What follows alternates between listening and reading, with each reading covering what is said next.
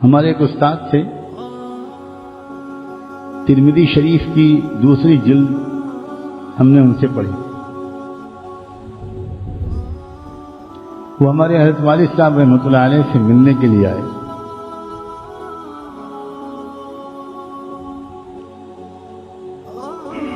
عصر بعد ملاقات کا وقت تھا، غالباً عصر بعد ہی آئے ہوں گے یا دن کا وقت رہا ہوگا تو کوئی چھٹی کا دن رہا ہوگا، یہ تو یاد نہیں رہا.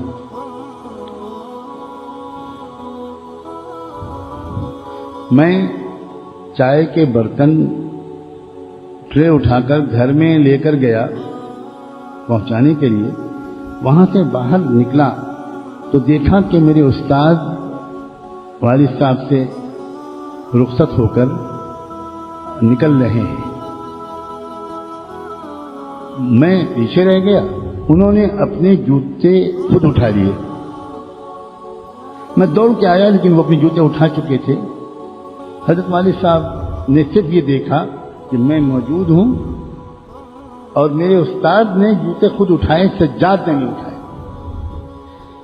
آج آپ لوگ اس پر تبصرے بھی ہو سکتا ہے کریں. حضرت والد صاحب نے ان کے سامنے مسجد میں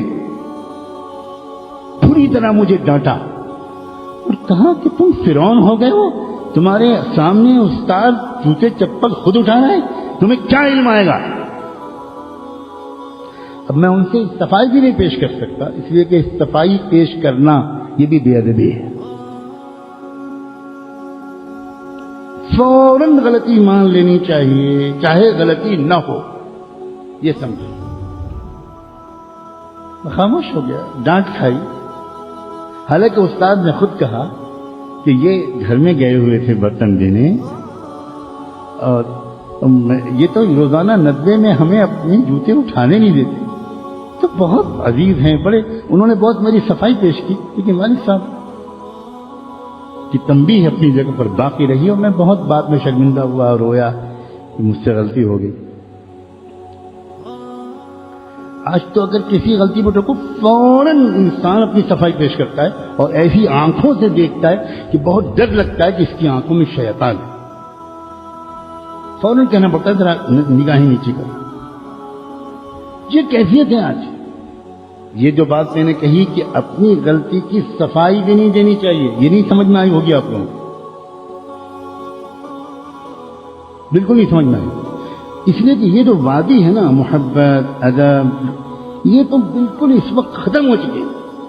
اب قانونی رشتہ باقی ہے.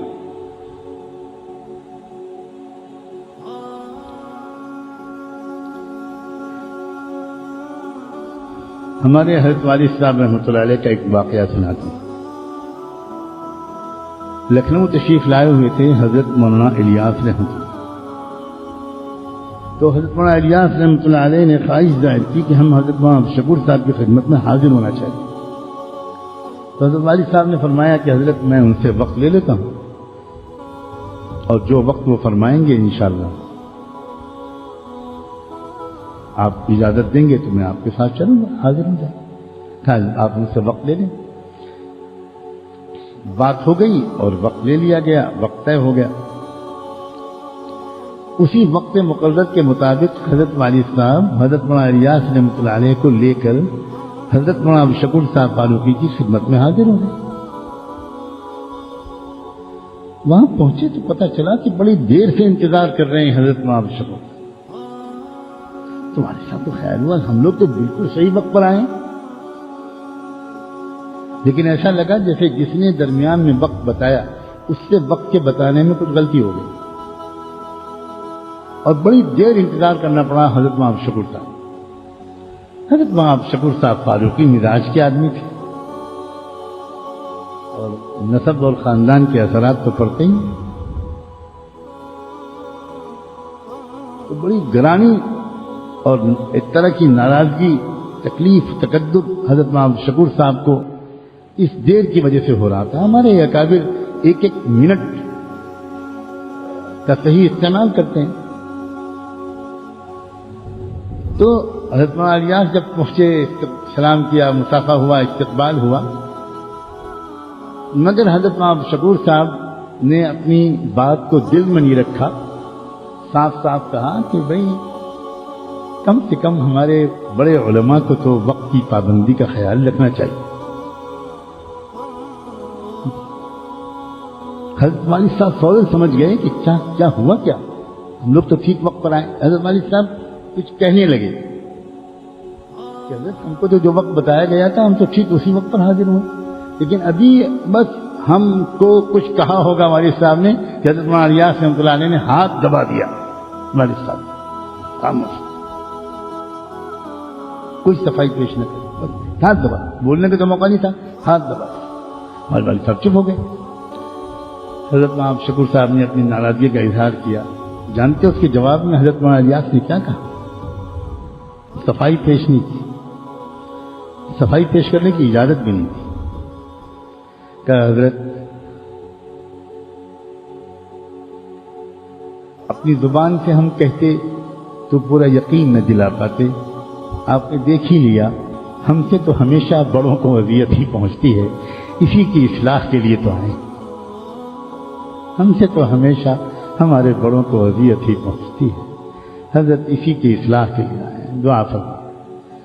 بس یہ سننا تھا. حضرت شکور صاحب پر محبت کا، تأثر کا ایسا فیضان ہوا کہ بڑی دیر تک محبت بھری مجلس قائم رہی. اس کے بعد باہر نکلے. جب باہر نکلے اور واپسی کے لیے پھر سواری پر بیٹھے حضرت مولانا الیاس رحمۃ اللہ علیہ کے ساتھ میرے والد صاحب، تو اس وقت حضرت مولانا الیاس نے والد صاحب کو سمجھایا، مولانا بڑوں کے سامنے اپنی صفائی نہیں پیش کی جاتی، اپنی غلطی مان لی جاتی ہے، چاہے وہ غلطی نہ بھی ہو، اپنی غلطی مان لی. یہ ہے ادب.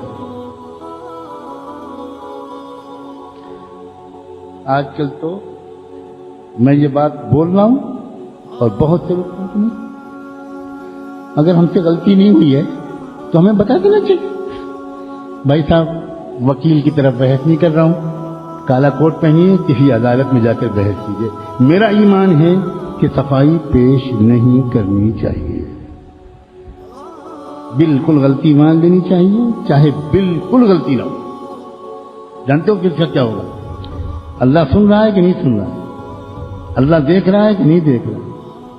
اللہ یہ بھی دیکھ رہا ہے کہ اس بندے سے غلطی نہیں ہوئی، پھر بھی مان لے.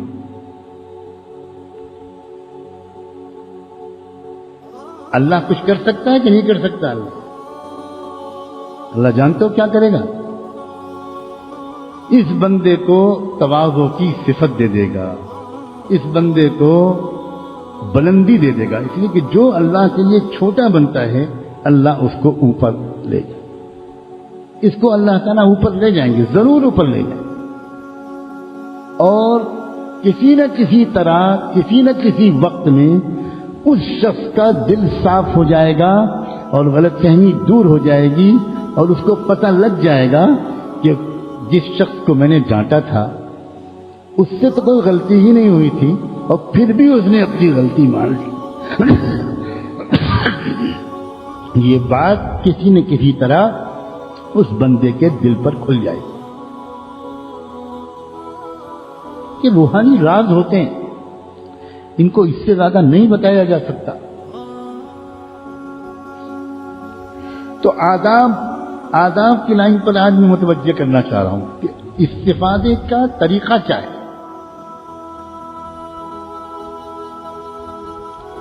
چاہے مدرسے کا طالب علم ہو اور چاہے کوئی کسی سے اصلاحی تعلق رکھنے والا شخص ہو، ان آداب پر چلو گے تب آگے کچھ ملے گا.